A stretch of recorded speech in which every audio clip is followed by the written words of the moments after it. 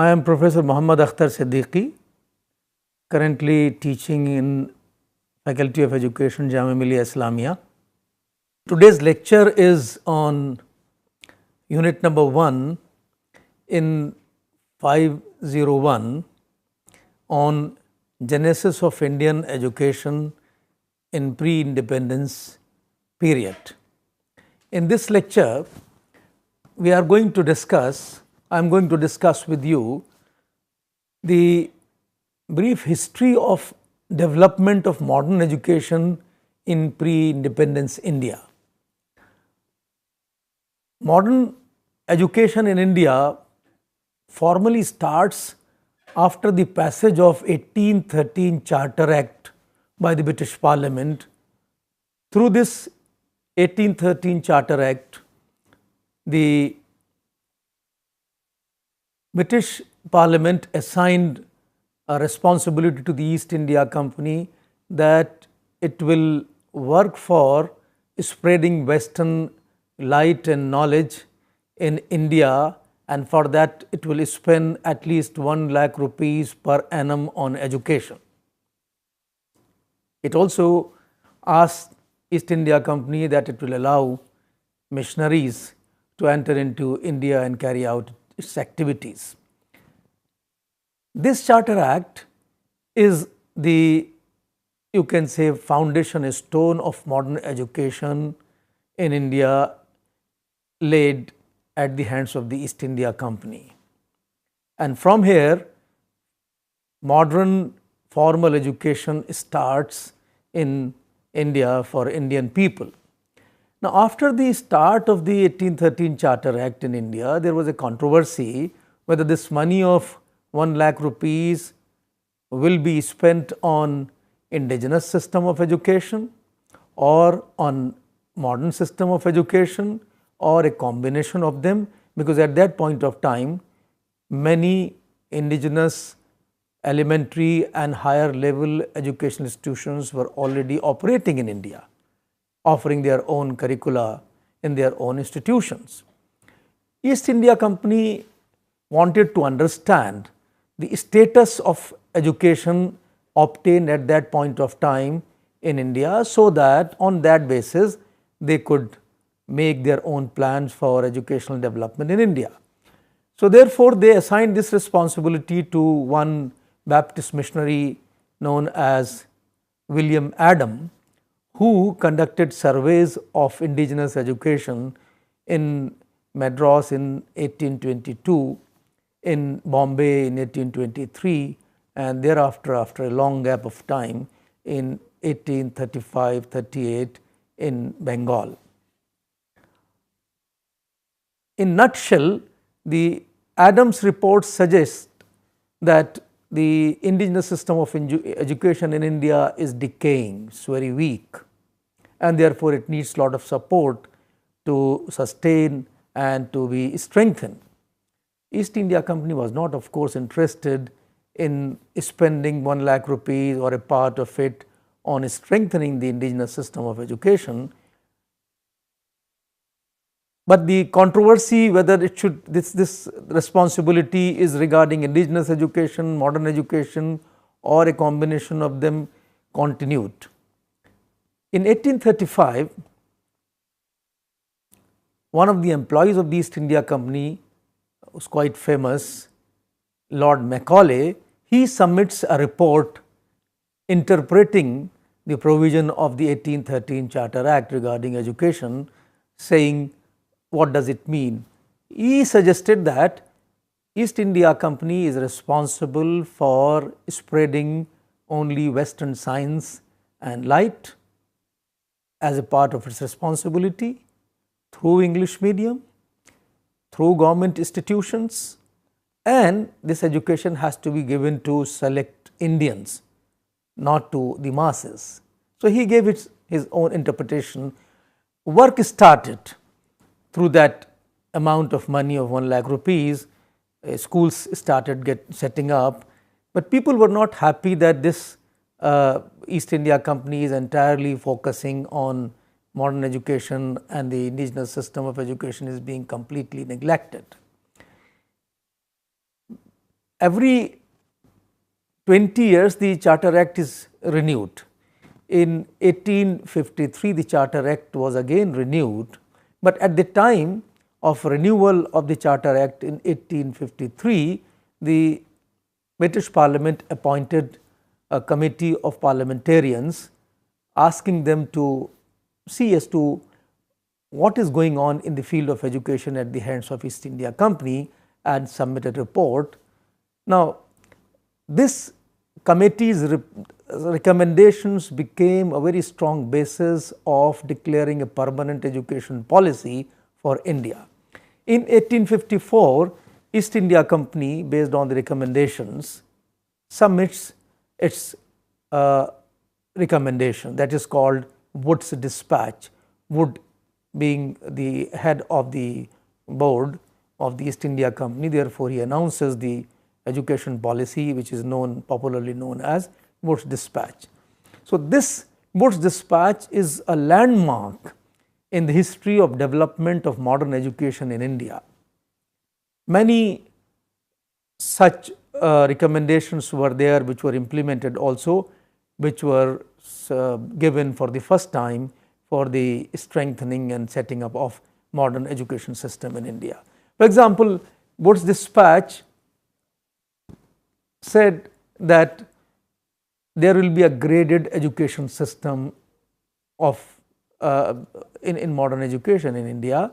On the top of that graded network of education will be colleges, below them will be high schools, and below them will be elementary schools. But the dispatch suggested that these lower level elementary schools will also include indigenous elementary schools. So, Wood Dispatch gave cognizance to the elementary schools run by the Indian people on indigenous lines, on traditional lines. It also opened the doors for grant in aid institutions. For the first time, the dispatch suggested that those institutions who want to volunteer, who want to work for the development of education of Indians, they have their own buildings, they have their own resources.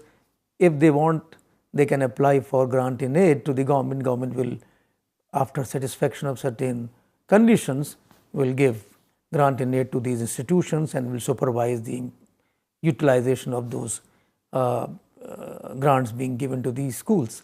So, the concept of grant in aid school, which is still there in the country, is you can say originated by the Wood's Dispatch. So, likewise, Wood Dispatch also said that in every province there will be a department of public instruction, and that department of public instruction will supervise modern education system in the country, in the province. And one of the activities of the Department of Public Instruction would be to process the applications for grant in aid given by different institutions. So, that kind of administrative structure is still there. Likewise, Wood Dispatch also recommended very strongly for training of teachers, so that the quality of education in schools could be improved and could be maintained. That was also one of the recommendations. Many of these recommendations of the Wood Dispatch were implemented. But as you know, in 1857, the first war of independence starts, and immediately after that, the British Crown takes over the administration from East India Company of the country. After that, a couple of committees were appointed, 1858, 1859, just to find out the reasons of the mutiny in India. One suggested that this is because of the 1854 Wood Dispatch.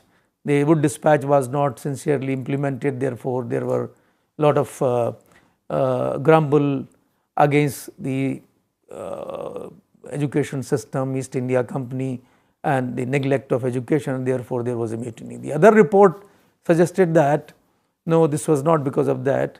The the committee was doing its job, and the Woods dispatch is not responsible for mutiny, something of that kind.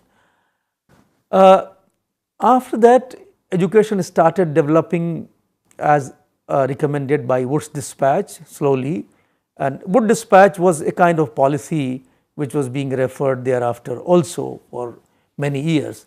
In 1882, the colonial government here, they appoint another committee which is popularly known as Indian Education Commission. The focus of the Indian Education Commission was primary education, and the reason why primary education was being focused by a special commission was that in 1870 Primary Education Act was already passed in Britain. So, the government was interested in seeing as to what can be done for improvement of elementary education in India, and therefore, this commission was appointed. Now, this commission submits its report in 1883, and it was headed by Sir Hunter, and therefore, it is known as Hunter Commission also. One very important reason of appointment of this committee was also that the missionaries was continuously arguing that the 1854 Wood dispatch has not been sincerely implemented and education is being neglected in India. So, it was also going to find out whether the claim being made by the missionaries is correct or not, and also see the status of elementary education in India. In 1883, Indian Education Commission submitted its report, and it made extensive recommendations for improvement of elementary education in India. Now, one very important recommendation was on the policy. What would be the policy of the government for elementary education? Whether this education will be for selected few Indians or it will be for the masses. So, the commission recommended that elementary education will be for the masses. It will be mass education program, not a selective education program. And that education, as a matter of policy, will be provided through vernacular language. All subjects will be taught through vernacular language, and also that more attention will be paid on education in the states or in the provinces. At the provincial level, the provincial governments will pay more attention on primary education vis-a-vis the other levels of education, high school or higher education. A special mention was made by this commission for providing elementary education in the educationally backward or economically backward districts. This is for the first time that a special mention of some educationally economically backward districts is being paid for special attention for expansion of education. The second recommendation of Indian Education Commission related to administration of how this elementary education will be administered. They suggested that elementary education should be administered in a decentralized manner by district administration and municipalities, not by the state government. The system is still in vogue here. Now, why they suggested this? Because in UK, elementary education, primary education particularly, was being administered by the district authorities, by the municipal authorities, and therefore, they followed the same model for India also. But interestingly, they also recommended that the local bodies can charge some tax for elementary education from the people and can also force people to send their children for elementary education. This is something very important, that they have the power to force people, compel them to send their children for elementary education compulsorily. Third very important recommendation was regarding indigenous education system, whether the modern education system will have anything to do with the indigenous system or not. The commission suggested that we need to do something for indigenous schools as well, and they deserve some attention, and therefore, the government will work for strengthening the indigenous system of education, meaning thereby that the indigenous schools will be linked with the modern system of education, and they also suggested that gradually modern subjects may be introduced in the indigenous schools, so that their pass outs can be mainstream, can be sent to the modern system of education. Fourth important recommendation of the commission relates to school administration. What did they suggest was that there is no need to have province, a kind of comparison among the provinces and maintain parity of standards among various provinces. They said that each province has got a different educational status, economic status. So, we have to ensure standard of education within a province, and therefore, each province should be given complete autonomy to have its own curriculum depending upon the context of the province, its own examination system, its own schedule of admissions and examination, etc. And therefore, standards of education within the province will be ensured and not across the provinces, and therefore, they can have their own textbooks, they can have their own season based schedules, they will teach at the elementary level, at the primary and elementary level in mother tongue depending upon the language of that area. Fifth very important and relevant recommendation was regarding teacher training, most important thing, which is responsible for quality of education. So, they said that there is a need to open more normal schools, so that adequate number of trained teachers are available for quality elementary education, and for that they suggested that we need to have more funds, so that more normal schools could be open, more teachers could be trained in those normal schools. So, these are 5 major recommendations of the 1882 Indian Education Commission, which was basically meant for primary education, focusing on primary education. Thereafter, the recommendations of the Indian Education Commission were implemented on a large scale. After a gap, in 1929 another commission was appointed, that is known as Hartog Committee. Now, Hartog Committee was not for primary education, it was for all levels of education, but it did talk about primary education, how to improve primary education. So, in its report they said that primary education has improved, has expanded after the submission of the report of Indian Education Commission, but at the same time they said that the expansion has not been satisfactory, both quantitatively as well as qualitatively. They also appreciated the fact that during this period post Indian Education Commission, education has been provided to weaker sections in the society, to the rural areas, but still they said that comparative terms rural areas have been neglected as far as this education is concerned. Therefore, they recommended that more work needs to be done in the rural areas for spreading elementary education through the modern system of education. Now, work started on their recommendation also. Then after some time, Second World War started, and because of World War, everything in the country was disturbed, education was also disturbed. Therefore, it was decided that post-war educational development plan must be prepared. So, in 1943, Central Advisory Board of Education started the exercise of preparing post-war educational development plan.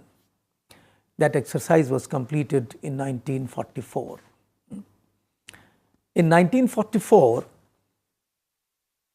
the Central Advisory Board of Education submits its plan under the chairmanship of the President of the CABE, Sir Sargent. And that is why this post-war educational development plan is also popularly known as Sargent Plan. Now, Sargent Plan in the very beginning said that we want to achieve educational, through this plan, we want to achieve educational standards in India within a period of 40 years as they are obtained in England today. That is, whatever be the level, standard of education which is prevalent in England now, that should be achieved in the next 40 years in India also. Now, the basic reference to this, the country of England, which was an industrial country, ours was a kind of predominantly agricultural country, perhaps was flawed. And then they laid out a detailed plan of educational development in India. For primary education, they said that it will be a kind of universal education for the age group 6-14 years, and it will be compulsory education, it will be free education. The government will be responsible for spreading free and compulsory education to children in the age group of 6-14 years. But at the same time, Sargent plan also recommended pre-primary education of children in the age group 3 to 6 years. Now, this is for the first time that in a plan for educational development, mention of pre-primary education is being made, and therefore, this is something commendable. They also suggested that this education will be completely free. This education will be for all sections of the society, and this education will lead to development of the later levels, higher levels of education. And then they talked about high school education, which will be provided through vernacular as well as English medium, and then the later levels of education, higher education. They also recommend number of very novel things, for example, health and physical education to be health and physical fitness activities to be carried out in all these schools, compulsory health checkup of all the children, provision of some kind of midday meal to all the children in the elementary schools. All these provisions were also made in the Sargent plan. But somehow the Sargent plan could not be accepted. The issue was that it was considered to be designed to keep India educationally backward behind England, and that is why this plan was proposed to be accomplished in the next 40 years. People thought that this is an intentional design to keep India backward in education, and therefore, there is a suggestion that this target of elementary education would be achieved in the next 40 years, that is by 1984, and therefore, the Sargent plan could not be accepted. Although at that point of time, the provincial governments had complete autonomy, and lot of Indians were there in the committee which was in the CABE, in the Central Advisory Board of Education, which was given this responsibility of preparing the post-war educational development plan, meaning thereby their own ideas, their own thoughts and their own vision was already there in the post-war educational development plan, but somehow that could not be accepted. One and more very strong reason was that the budgetary implication of post-war educational development plan as submitted by the CABE under the chairmanship of Sargent was very heavy, and at that point of time the country did not have that much of resources, it was not economically so strong. So, that was also one of the reasons. But the critics say that instead of keeping the model of England before us for preparing education development plan, a model of some agricultural country or some educationally developed Asian country could have been better example to be followed for education development in India. For example, people say that if at all you wanted to take an example for India, which was an agricultural country, and a European country which was whose economy was agriculture, based on agriculture, could have been taken like Netherlands. Could have been a better example because that was also depending on agriculture. Or in Asia it could have been Egypt, or in Asia it could have been China instead of England.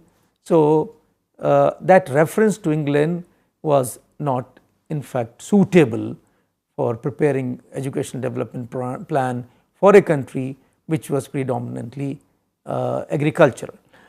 It is also suggested that, it is also argued that the idea was that they wanted to make India an industrial nation eventually, and therefore they kept the model of England before them to develop education slowly and gradually over the next 40 years. So this was the last committee, this was the last report which was submitted, which was not implemented. The earlier reports were implemented before independence. So this was the scenario of modern education in the pre-independence period. With this scenario, we enter into the post-independence era. So today we have discussed how modern education started in India with a responsibility assigned to East India Company in 1813, and then how it went through certain controversies, interpretation of the 1813 Charter Act by various groups, particularly the group led by Macaulay, and then activities in the area of modern education were carried out. Slowly education got developed, modern education got developed in that period. Science education, teaching of English, mathematics education, all modern subjects, social sciences was installed, number of universities were set up in that period, and we eventually went ahead and reached the stage of independence of the country. By the time country got independence, we had a huge network of modern education institutions in place. We had our own curriculum of modern subjects, modern sciences, modern languages. But along that, the indigenous system of education was not completely vanished. Indigenous system of education was also simultaneously going on, but the official focus was predominantly on modern system of education, though at the lower level some indigenous education institutions were also being used as feeder institutions. So this is about the first unit in course 501. Thank you very much.